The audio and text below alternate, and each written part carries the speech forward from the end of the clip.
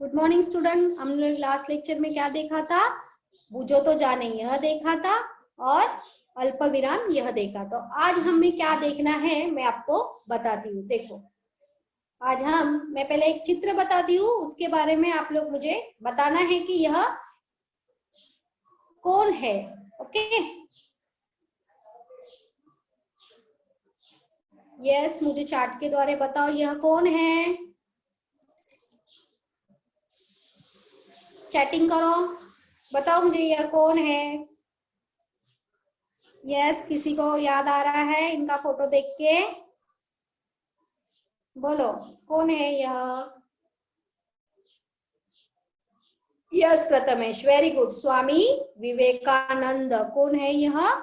Swami Vivekananda. Very nice बेटा, आपने इनको पहचाना। तो आज हम इनके बारे में कुछ जानते हैं। तो स्वामी विवेकानंद, इनके बारे में हमें जानना है। तो स्वामी विवेकानंद के बारे में हम अभी फिलहाल जानते हैं।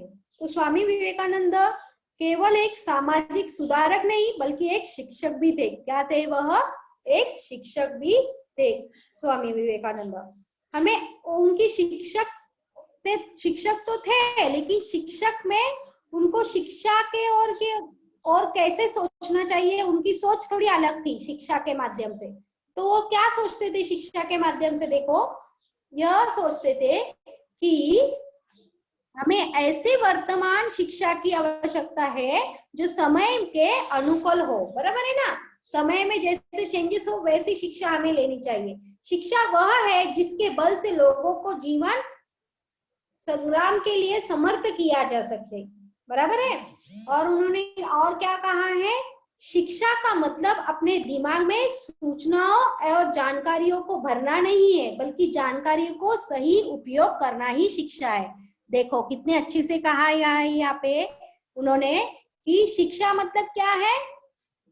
ऐसे नहीं कि इसने मुझे ये रूल सिखाया मैं ये फॉलो करना चाहिए, ऐसे वैसे उन्होंने नहीं कहा। जो जानकारी दी है उनका उपयोग करना है हमें, है ना? बराबर है ना? टीचर या मम्मी पापा हमें जो भी बताते हैं हमें उनको फॉलो करना चाहिए। यही हमारी बहुत बड़ी शिक्षा होती है, ऐसे यहाँ पे इस स्वामी विवेकानंद कहते हैं। तो हम अभी इस लेसन पे और जाते हैं। देखो मैं पहले ध्यान से पहले पूरा लेसन पढ़ती हूँ, आप लोग ध्यान से सुनो। पाठ 9वां, स्वामी विवेकानंद। स्वामी विवेकानंद जी का जन्म 12 जनवरी 1863 को कोलकाता में हुआ था। उनके पिताजी का नाम विश्वनाथ दत्त तथा माता का नाम भुवनेश्वरी देवी था। क्या था? पिता का नाम क्या था? विश्वनाथ दत्त, और तथा माता का नाम मतलब उनके मम्मी का नाम क्या था? भुवनेश्वरी देवी। वे धार्मिक विचारों की वाली महिला थी। धार्मिक विचारों वाली महिला थी मतलब नहीं क्या ऐसा पूजा पाठ जो बोलते हैं ना हम लोग, संस्कारिक, वैसे। विवेकानंद जी के बचपन का नाम नरेंद्र दत्त था। उनको बचपन में मतलब बचपन का नाम क्या था? नरेंद्र दत्त। जब उनका जन्म हुआ तो उनका नाम क्या रखा था? नरेंद्र दत्त। बचपन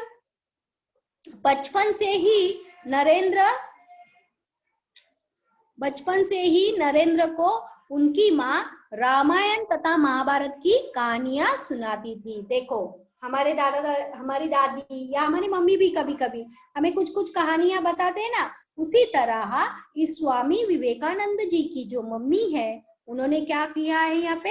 उनकी मम्मी ने उनको रामायण और महाभारत की कहानियां सुनाई थी। कभी? बचपन में। बचपन से ही नरेंद्र दत्त बहुत ही बुद्धिमान, नटखट तथा निडर स्वभाव के थे। देखो नटखट मतलब शरारती, नटखट मतलब क्या है? शरारती। और बुद्धिमान तो होशियार। निडर मतलब एकदम ऐसे नहीं क्या, ब्रेव, एकदम तंदुरुस्त, अपन बोलते ना जो डरते नहीं है वैसे ब्रेव स्वभाव के थे। हाँ आगे, जब वे क्रोधित हो जाते थे तब उनकी माता शिव शिव कहते हुए उन पर पानी छिड़क देती। देखो जब वह क्रोधित हो जाते थे तब उनकी मम्मी क्या करती थी? शिव शिव कहते हुए उन पर पानी छिड़क देती थी। तो वे तुरंत शांत हो जाते थे। क्रोधित मतलब एकदम गुस्से में रहते ना कभी कभी हम, तो जब भी वो स्वामी विवेकानंद जी गुस्से में होते थे तभी उनकी मम्मी क्या करती थी, थोड़ा सा पानी उनके मुंह पर ऐसे छिपड़ती थी, मतलब ऐसे डालती थी मुंह पर, ऐसे थोड़े से पानी डाल के उनको शांत कराती थी। वे पढ़ने लिखने में बहुत होशियार थे। होशियार ही रहेंगे ना, क्योंकि उन्होंने वहां पे क्या लिखा है, बचपन से ही नरेंद्र दत्त बहुत बुद्धिमान होशियार थे, इसलिए वह क्या है, पढ़ाई में भी होशियार थे। उन्हें दवाइयों, संगीत तथा विज्ञान का ज्ञान था। कौन सा ज्ञान था उन्हें? दवाइयों, संगीत तथा विज्ञान का ज्ञान था। पिताजी उन्हें अंग्रेजी की शिक्षा देकर प्रतिष्ठित व्यक्ति बनाना चाहते थे। देखो उनके पिताजी का मन क्या था कि वह कुछ अच्छा प्रतिष्ठित व्यक्ति बनना चाहिए, बराबर है, अच्छा वाला, अच्छा मतलब कुछ व्यक्ति बनना चाहिए, ऐसे उनके पापा का मन था। पिताजी मतलब हमारे डैडी। तो अंग्रेजी की शिक्षा, अंग्रेजी मतलब अभी इंग्लिश मीडियम, बराबर है, तो अंग्रेजी की शिक्षा देकर प्रतिष्ठित व्यक्ति बनना चाहते थे। लेकिन नरेंद्र की रुचि तो ईश्वरीय ज्ञान में थी। ईश्वरीय ज्ञान में थी मतलब भगवान की ओर, मतलब उनको श्रद्धा, वो सब पूजा पाठ, इसमें ज्यादा उनको ये था। वह सभी से भगवान संबंधित तरह तरह के प्रश्न पूछते थे। उनको रामायण महाभारत उनकी मम्मी ने बचपन से सुनाया था, और उनको वह बुद्धिमान भी थे, नटखट भी थे, और जब भी क्रोधित होते तो उनकी मम्मी क्या करती थी, थोड़ा सा पानी उनके मुंह पर छिड़कती थी, और वो छिड़कने की वजह से वो थोड़े शांत होते थे। और वो पढ़ने लिखने में तो बहुत होशियार थे, लेकिन उनको ज्यादा किसमें मतलब इंटरेस्ट था, दवाई, जो हम लोग मेडिसिन बोलते हैं, संगीत मतलब म्यूजिक, प्रतिष्ठित व्यक्ति विज्ञान साइंस, मतलब उनमें उनको ज्यादा इच्छा था। पिताजी उन्हें क्या करना चाहते थे, एक अंग्रेजी की शिक्षा देकर प्रतिष्ठित व्यक्ति बनाना चाहते थे, मतलब अंग्रेजी शिक्षा देकर प्रतिष्ठित व्यक्ति बनाना चाहते। लेकिन नरेंद्र जी की रुचि किसमें थी, ईश्वरीय ज्ञान में। ईश्वरीय ज्ञान मतलब भगवान का सब, हमें ये कहाँ से आए, राम कहाँ से आए, राम का कैसा जन्म हुआ, कृष्ण कहाँ से आए, ऐसे वैसे, मतलब वो अलग अलग भगवान के बारे में क्वेश्चंस पूछते थे। तो इसलिए यहाँ पे कैसे लिखा है, वह सभी से भगवान संबंधित तरह तरह के प्रश्न पूछते थे। ओके, वह सभी से भगवान संबंधित तरह तरह के प्रश्न पूछते थे। 18 वर्ष की आयु में उनकी भेंट स्वामी रामकृष्ण परमहंस से हुई। किससे हुई? 18 वर्ष के आयु मतलब उनका 18 वर्ष के थे जब ही, तो उनकी भेंट स्वामी रामकृष्ण परमहंस के साथ हुई। नरेंद्र को देखते ही उन्होंने पूछा, अब तक तुम कहाँ थे? देखो उन्होंने क्या पूछा उनको, अब तक तुम कहाँ थे? आगे देखो क्या कहते। स्वामी परमहंस ने कहा, तुम साधारण मनुष्य नहीं हो, ईश्वर ने तुम्हें मानव जाति के कल्याण के लिए इस धरती पर भेजा है। स्वामी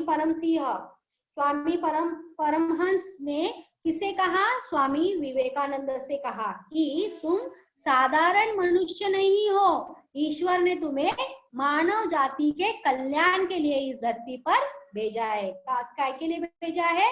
मानव जाति का जो कल्याण करना है, मतलब यहाँ पे सभी मानव, मतलब जो हमसे से जो इंसान है उनको बहुत अच्छी मतलब बताना, जैसे कि हम भगवान के बारे में कोई कुछ बताए तो कितने अच्छे से सुनते हैं ना, तो उसी तरह यहाँ पे परमहंस जो स्वामी है वो उन्हें क्या कह रहे हैं, वो उन्हें यही कह रहे हैं कि तुम्हें तो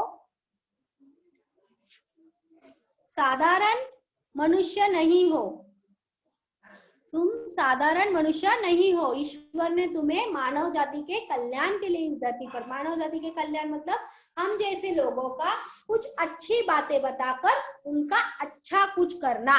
ओके, अच्छा कुछ करना, कल्याण करना मतलब क्या है, कुछ अच्छा करना। तो उन्होंने 18 वर्ष की आयु में ही संन्यास ले लिया।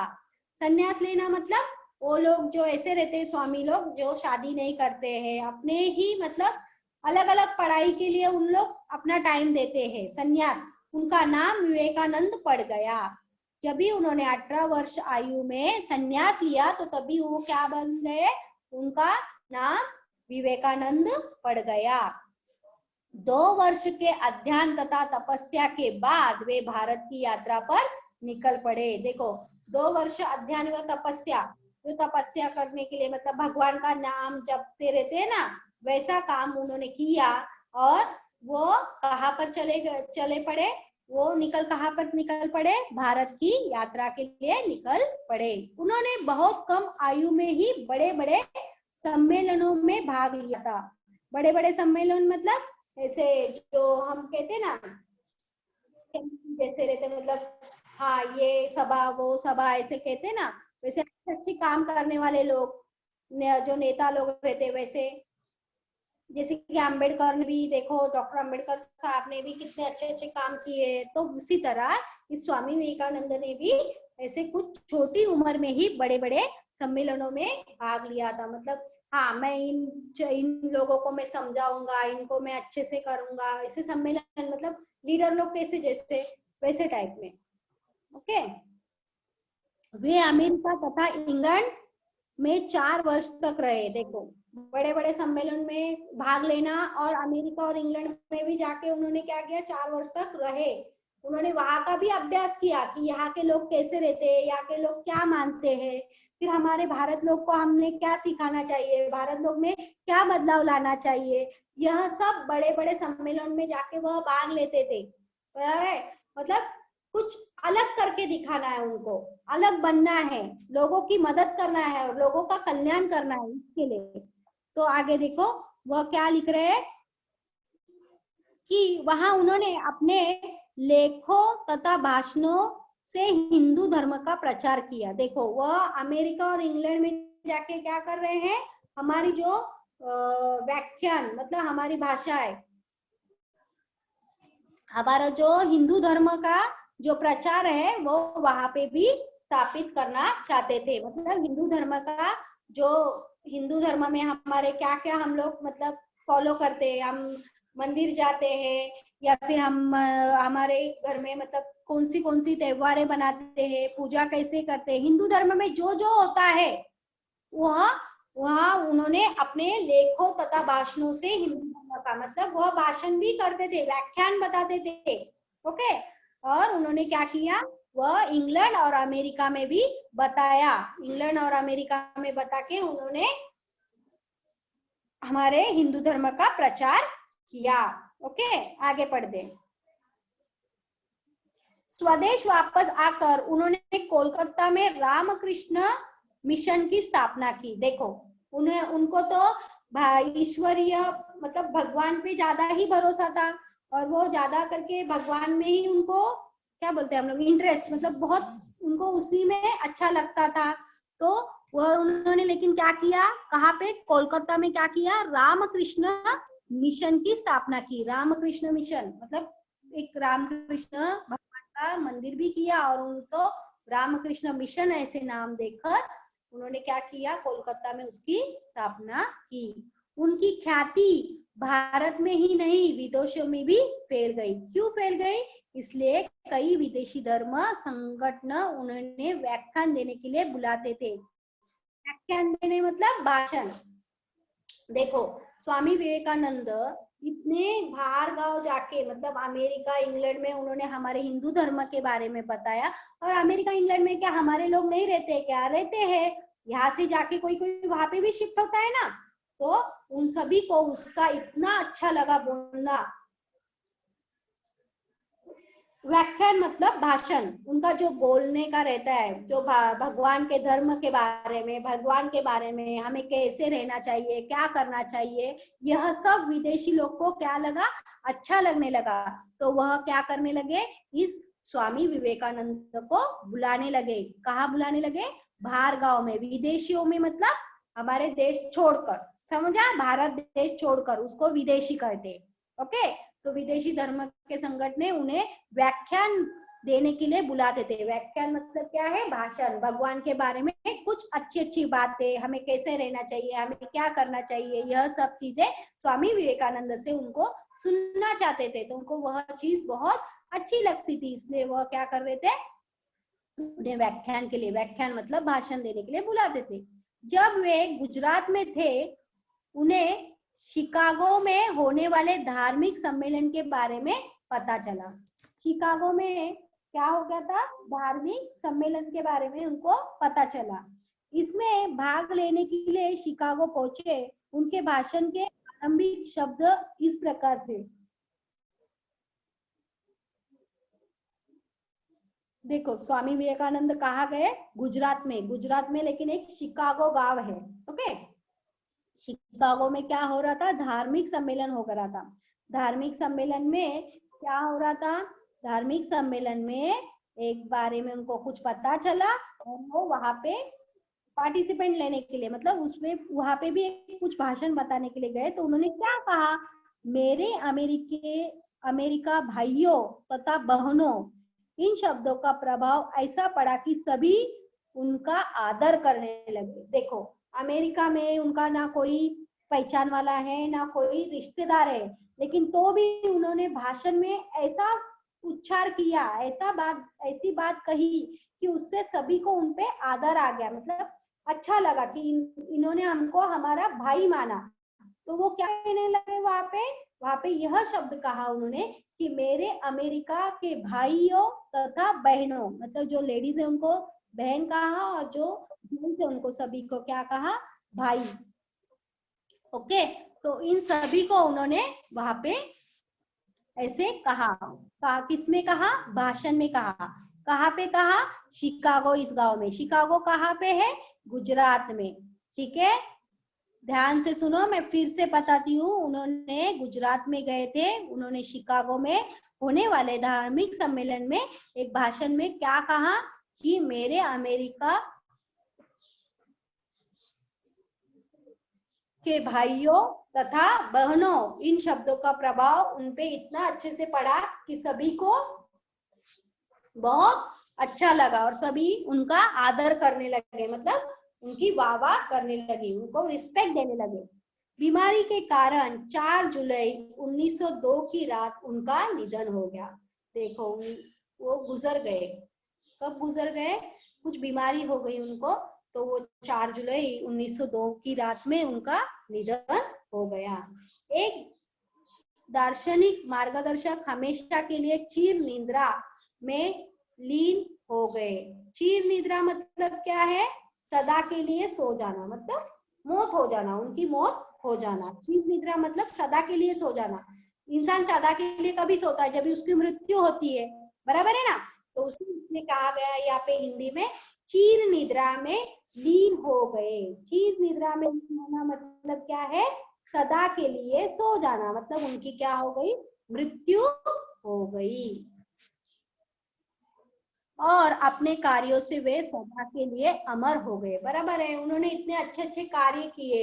क्या क्या कार्य किए उन्होंने, देखो सभी को, मतलब भगवान के बारे में भी बताया और इंसानों ने कैसे रहना चाहिए, क्या क्या करना चाहिए। उनके भाषणों में इतनी अच्छी अच्छी भाषा, मतलब अच्छी अच्छी बातें रहती थी कि सभी को उनका बात मानना बहुत अच्छा लगता था और उनके आदर करते थे। और भी उनकी कुछ बातें हैं कि उनकी शिक्षा के मामले में क्या बात थी कि हमें ऐसी शिक्षा की आवश्यकता है जिसकी कि व्यक्ति अपने आर्थिक जरूरतें पूरी कर सके। ऐसी शिक्षा जो दूसरे के बारे में अच्छा सोचने और करने की कहती। ये यहाँ पे लिखा नहीं है, लेकिन मैं आपको स्वामी विवेकानंद की और कुछ बातें बता रही हूँ। उन्होंने शिक्षा के लिए भी बहुत कुछ अच्छा अच्छा सोचा था। मतलब क्या सोचा था, देखो शिक्षा के मामले में वो क्या सोचते हैं कि शिक्षा का मतलब अपने दिमाग में सूचनाओं एवं जानकारियों का भरना नहीं है, बल्कि जानकारियों को सही उपयोग करना है। बराबर है ना। जो भी हम आपको बताते हैं उसका आप उपयोग अच्छी तरह करना चाहिए, गलत नहीं इस्तेमाल करना है। और टीचर, जो मम्मी पापा बड़े लोग हैं, वो कुछ भी अच्छी ही बातें बताएंगे, गलत बात भी कोई बताएंगे क्या, नहीं। बात है उनको। और एक बात क्या है, हमें ऐसी शिक्षा की आवश्यकता है जिससे कि व्यक्ति अपनी आर्थिक जरूरत पूरी कर सके। हमें ऐसी शिक्षा की आवश्यकता है जिससे कि व्यक्ति आर्थिक जरूरतें पूरी कर सकते। ऐसी शिक्षा जो दूसरों के बारे में अच्छा सोचने और करने की कहती रहे। बराबर है, इन्होंने हमेशा दूसरों का अच्छा ही सोचा है, इसलिए इनका भी अच्छा ही हुआ स्वामी विवेकानंद ने। और वो क्या कह रहे हैं कि हमें ऐसी शिक्षा मिलनी चाहिए जैसे हमारी आर्थिक इच्छाएं पूर्ण। आर्थिक इच्छाएं मतलब क्या रहेगा, हमें खाने पीने को मिलना चाहिए, हमारी वो एक इच्छा रहती है, अच्छा घर रहना चाहिए, है ना। जरूरतें हमारे क्या क्या है, खाना पीना, और हमें अच्छे से कपड़े, और हमें अच्छा सा घर, ये हमारी मेन आर्थिक चीजें हैं। और उसी तरह उन्होंने और एक बात कही है कि हम दूसरे के बारे में हमेशा अच्छा सोचना चाहिए और उनके लिए अच्छा ही करना चाहिए। बराबर है, यह सब चीजें हमारे में अगर अच्छा ही रहेगी तो हमारा कभी बुरा नहीं होगा। ये स्वामी विवेकानंद जी की कहने की बात है।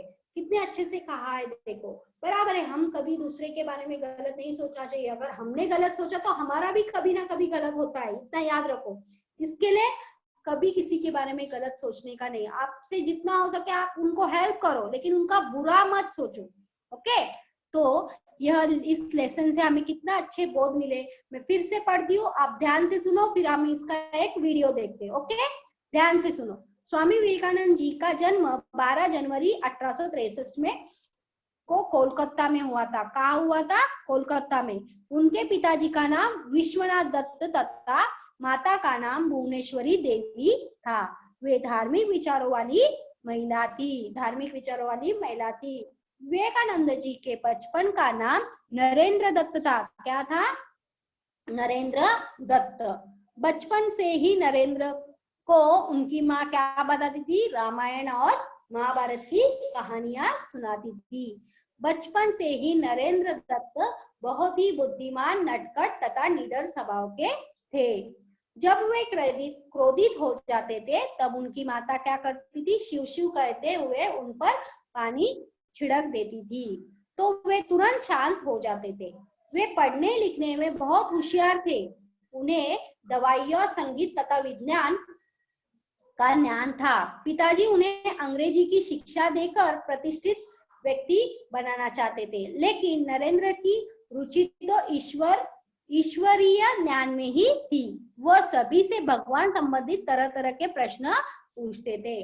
18 वर्ष के आयु में उनकी भेंट कहाँ किससे हुई? स्वामी रामकृष्ण परमहंस से हुई। नरेंद्र को देखते ही उन्होंने पूछा, अब तक कहाँ थे? स्वामी परमहंस ने कहा, तुम साधारण मनुष्य नहीं हो, ईश्वर ने तुम्हें मानव जाति के कल्याण के लिए इस धरती पर भेजा है। उन्होंने 18 वर्ष की आयु में ही संन्यास ले लिया। उनका नाम विवेकानंद पड़ गया। 2 वर्ष के अध्ययन तथा तपस्या के बाद वे भारत की यात्रा पर निकल पड़े। उन्होंने बहुत कम आयु में ही बड़े सम्मेलनों में भाग लिया। वे अमेरिका तथा इंग्लैंड में 4 वर्ष तक रहे। वहां उन्होंने अपने लेखों तथा भाषणों से हिंदू धर्म का प्रचार किया। स्वदेश वापस आकर उन्होंने कोलकाता में रामकृष्ण मिशन की स्थापना की। उनकी ख्याति मतलब प्रसिद्धि, उनकी ख्याति भारत में ही नहीं विदेशों में भी फैल गई थी। मतलब उनकी प्रसिद्धि, उनका नाम, इसलिए कई विदेशी धर्म संगठन उन्हें व्याख्यान देने के लिए बुलाते थे। व्याख्यान मतलब भाषण। जब वे गुजरात में थे उन्होंने शिकागो में होने वाले धार्मिक सम्मेलन के बारे में पता चला। इसमें भाग लेने के लिए शिकागो पहुंचे। उनके भाषण के आरंभिक शब्द इस प्रकार थे, मेरे अमेरिका भाइयों तथा बहनों, इन शब्दों का प्रभाव ऐसा पड़ा कि सभी उनका आदर करने लगे। बीमारी के कारण 4 जुलाई 1902 की रात उनका निधन हो गया। एक दार्शनिक मार्गदर्शक हमेशा लिए चीर निद्रा मतलब क्या है? सदा के लिए सो जाना। लीन हो गए और अपने कार्यों से सदा के लिए अमर हो गए। ओके, अभी हम इसका एक वीडियो देखते हैं तो हमें और अच्छे से अच्छा लगेगा। सभी ने ध्यान से सुनना है। ओके,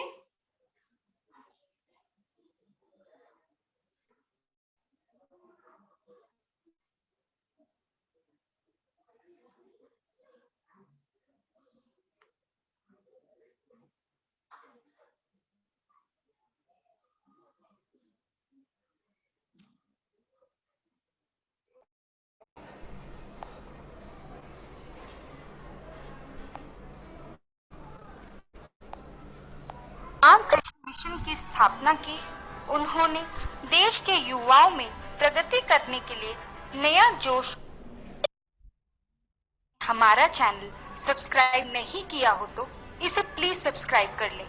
सब्सक्राइब करने के बाद आपको स्क्रीन पर बेल बटन दिख। गरीबों की शिक्षा। 19वीं सदी में भारतीय विद्वान रामकृष्ण परमहंस के शिष्य और भारतीय संस्कृति एवं साहित्य को विदेशों तक फैलाने वाले महापुरुष स्वामी विवेकानंद ने संपूर्ण विश्व में हिंदू धर्म के महत्व को बताया। उन्होंने गरीबों की सेवा के लिए रामकृष्ण मिशन की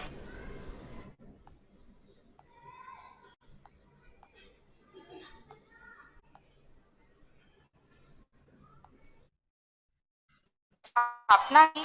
उन्होंने देश के युवाओं में प्रगति करने के लिए नया जोश और उत्साह भर दिया। इसलिए उनके जन्म दिवस को राष्ट्रीय युवा दिवस यानी कि नेशनल यूथ डे के रूप में मनाया जाता है। आइए अब हम आपको उनके जीवन का संक्षिप्त परिचय देते हैं। नरेंद्र का जीवन ब्रिटिश राज में कलकत्ता शहर में 12 जनवरी 1863 को मकर संक्रांति के दिन हुआ था। जन्म के समय इनका नाम नरेंद्र नाथ दत्त था। प्यार से लोग इन्हें नरेन बुलाया करते थे। वे एक पारंपरिक बंगाली परिवार से थे और कुल 9 भाई बहन थे। उनके पिता विश्वनाथ दत्त कलकत्ता उच्च न्यायालय यानी कि हाई कोर्ट में अभिवक्ता यानी अटॉर्नी थे और माता भुवनेश्वरी देवी एक धार्मिक घरेलू महिला थी। उनके दादाजी और फारसी के विद्वान थे। घर में ही इस प्रकार के धार्मिक और शिक्षित माहौल ने नरेंद्र का इतना उच्च व्यक्तित्व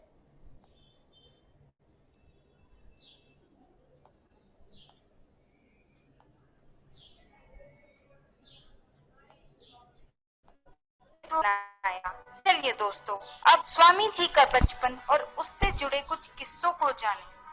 जब नरेंद्र छोटे थे तब वे बहुत शरारती हुआ करते थे। वे पढ़ाई के साथ खेल कूद में भी उज्जवल थे।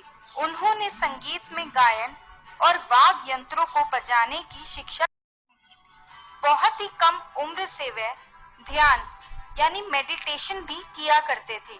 अपने बचपन में वे ईश्वर के अस्तित्व के संबंध में और विभिन्न रीति रिवाजों के बारे में और जातिवाद बारे में प्रश्न किया करते थे और इनके सही या गलत होने के बारे में जिज्ञासु थे। बाल्यकाल से ही नरेंद्र के मन में सन्यासियों के प्रति बड़ी श्रद्धा थी। अगर उनसे कोई सन्यासी या कोई फकीर कुछ मांगता या किसी व्यक्ति को किसी वस्तु की आवश्यकता होती थी और अगर वो नरेंद्र के पास होती थी तो वह तुरंत ही उसे दे देते थे। सन 1871 में जब नरेंद्र 8 वर्ष के थे, उनका प्रवेश ईश्वर चंद्र विद्यासागर के मेट्रोपॉलिटन इंस्टीट्यूशन में करा दिया गया और सन 1877 तक उन्होंने यही शिक्षा प्राप्त की। सन 1877 से 1879 तक वह सह परिवार रायपुर में रहे और सन 1879 में वे पुनः कलकत्ता लौट आए। सन 1879 में नरेंद्र ने अपनी मैट्रिक परीक्षा उत्तीर्ण की और कलकत्ता के प्रेसिडेंसी कॉलेज में प्रवेश लिया।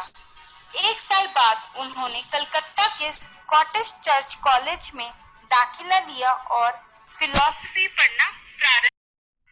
यहाँ उन्होंने पश्चिमी तर्क, पश्चिमी फिलॉसफी और यूरोपियन देशों के इतिहास के बारे में ज्ञानार्जन किया। सन 1884 में नरेंद्र ने बैचलर ऑफ आर्ट की डिग्री प्राप्त कर ली थी। नरेंद्र की आश्चर्यजनक याददाश्त के कारण उन्हें कुछ लोग श्रुतिधरा भी कहते थे। नरेंद्र की बढ़ती उम्र के साथ उनका ज्ञान तो बढ़ ही रहा था, परंतु उनके तर्क भी प्रभावी होते जा रहे थे। उनके मन की ईश्वर के अस्तित्व की बात और भी गहराती गई और इसी ने उन्हें ब्रह्मा समाज से जोड़ा। परंतु उनकी प्रार्थनाओं के तरीके और भजन आदि में निहित सार भी उनकी ईश्वर के प्रति जिज्ञासा को शांत नहीं कर पाया। सन 1881 में वे दक्षिणी श्रवण के रामकृष्ण परमहंस मिले। श्री रामकृष्ण परमहंस मां काली के मंदिर में पुजारी हुआ करते थे। जब नरेंद्र उनसे पहली बार मिले तो अपनी आदत और जिज्ञासा वश उन्होंने रामकृष्ण परमहंस से भी पूछा कि क्या उन्होंने ईश्वर को देखा है। तो रामकृष्ण परमहंस ने उत्तर दिया कि हाँ, मैंने ईश्वर को देखा है और बिल्कुल वैसे ही जैसे मैं तुम्हें देख रहा हूँ। नरेंद्र को ऐसा उत्तर देने वाले वे प्रथम व्यक्ति थे और नरेंद्र उनकी बात की सच्चाई को महसूस भी कर पा रहे थे। उस समय वे पहली बार किसी व्यक्ति से इतना प्रभावित हुए थे। इसके पश्चात उन्होंने रामकृष्ण परमहंस से कई मुलाकातें की और जिज्ञासाओं को शांत करने में सक्षम इस व्यक्ति को अपना गुरु बना लिया।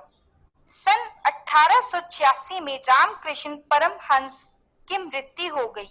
उन्होंने अपना उत्तराधिकारी नरेंद्र को बना दिया था।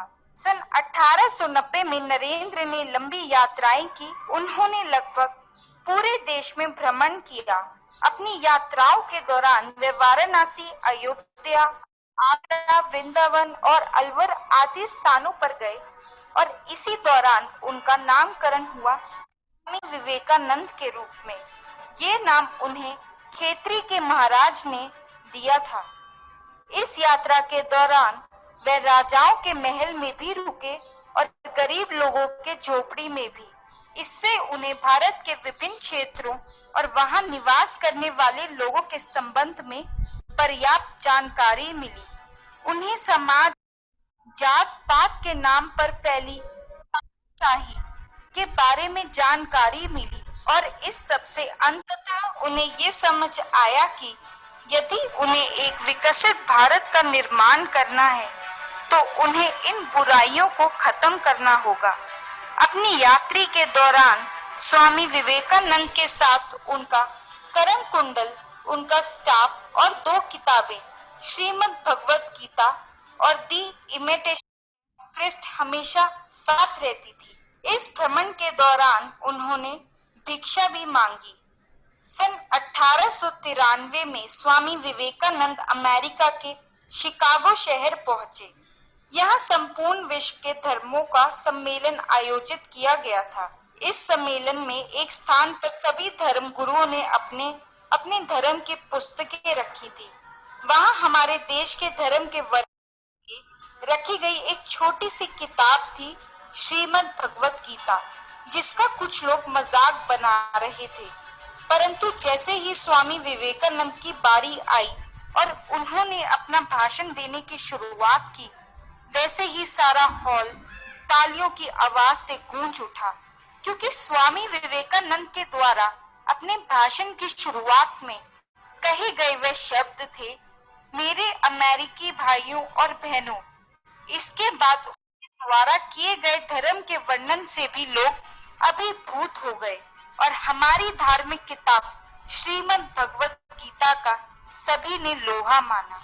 स्वामी विवेकानंद ने लगभग 2 सालों तक पूर्व एवं मध्य यूनाइटेड स्टेट्स में लेक्चर देने में व्यतीत किए, जिन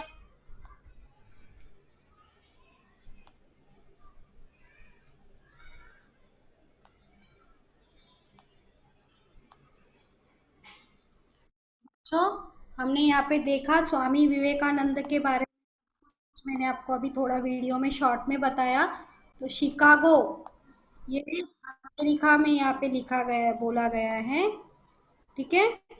तो देखो स्वामी विवेकानंद जी ने क्या क्या नहीं किया, मतलब बाहर गांव जाके भी उन्होंने अपना सभी मतलब धार्मिक जो हमारे है उनका सबका क्या किया, प्रचार किया।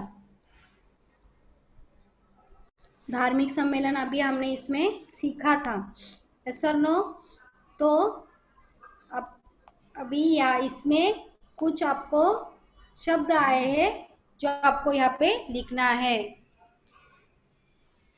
अमर, अमर मतलब हमेशा के लिए उनका नाम रह जाना, ओके। देखो धार्मिक मतलब रिलीजियस। आप लोग बुक पेंसिल लो और लिखो, चलो।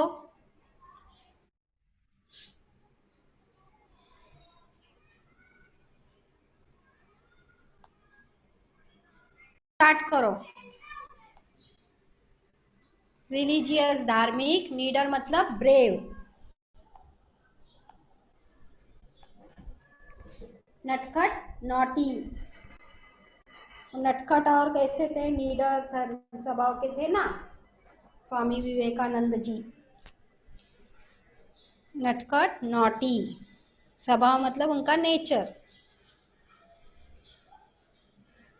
रुचि मतलब क्या, इंटरेस्ट, किसमें था उनको, ज़्यादा करके ईश्वरीय बुक्स में, मतलब भगवान के बारे में ज़्यादा जानकारी लेने में उनको इंटरेस्ट था। और विज्ञान और संगीत जो हमने पैराग्राफ में देखा। साधारण मतलब ऑर्डिनरी, ऑर्डिनरी। ओके, मैं रुकी हूँ, अच्छे से लिखना है आप सभी को।